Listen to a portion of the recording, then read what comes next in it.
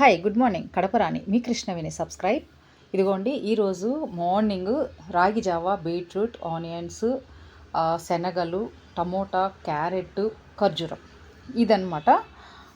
రోజు ఇదే తినలేం కాబట్టి మీకు ఇంకొకటి కూడా చూపిస్తాను చూడండి. మార్నింగ్ పూట రాగి జావా, కటోరా, పెరుగు అవి 3 కలిపిందన్నమాట.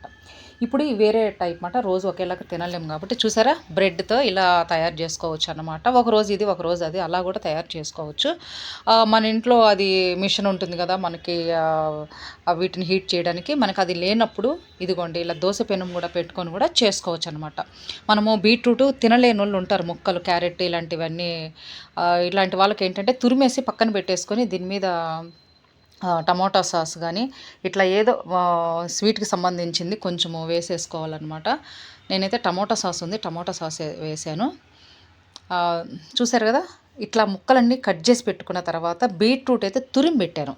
ముక్కలు అయితే అవి తినలేము, కాలవు కాబట్టి బీట్రూట్ని తురిమేసి ఇలా పైన ఇలా చల్లేసి క్యారెట్ని డెకరేషన్ చేశాను అనమాట. మనకి పిల్లలకి ఏంటి అంటే ఇలా డెకరేషన్ చేస్తేనే మంచిగా తినబుద్ధి అవుతుంది వాళ్ళకి కూడా. దీంట్లోకి మీరు వెన్న కూడా వాడుకోవచ్చు, నేనైతే నెయ్యి అయితే వాడుకుంటున్నాను. చూసారు కదా, beetroot, carrot, tomato, onions, Bengaluru మిర్చి అని ఉంటుంది కదా, సింపుల్గా ఇట్లా ఎక్కువగా లేకుండా వాళ్ళు తినలేరు కాబట్టి కొంచెం మళ్ళీ పైన బీట్రూట్ ఎక్కువ తినాలి అని అంటారు, క్యారెట్, బీట్రూట్. నేను టేస్ట్ కోసమని మళ్ళీ అలానే లేకుండా కొంచెం సోయా సాసు, టమోటా, మిరియాల పొడి, టమోటా సాసు, మిరియాల పొడి, సాల్ట్ కూడా వేసేసుకోవాలన్నమాట పైన. చూసారు కదా, ఇలా చల్లుకోవాలి.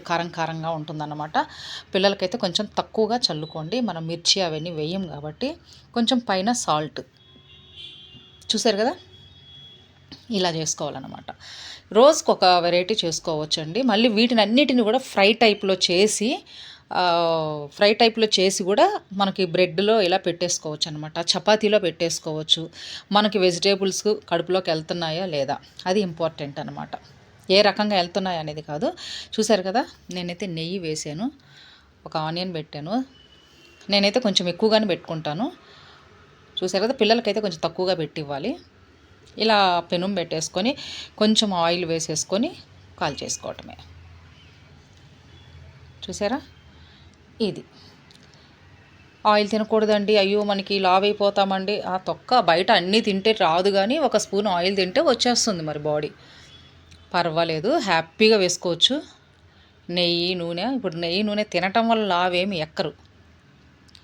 చూసారా, ఇలా కాలింది అంతే. టమోటా సాస్తో హ్యాపీగా తినేసేయచ్చు. మంచిగా కాలింది కూడా, లోపల కూడా బాగా ఒక సగానికి సగం ఉడికిందన్నమాట. చాలు, ఎక్కువగా ఉడికినా కూడా మళ్ళీ టేస్ట్ ఉండదు, వచ్చిగానే ఉండాలన్నమాట.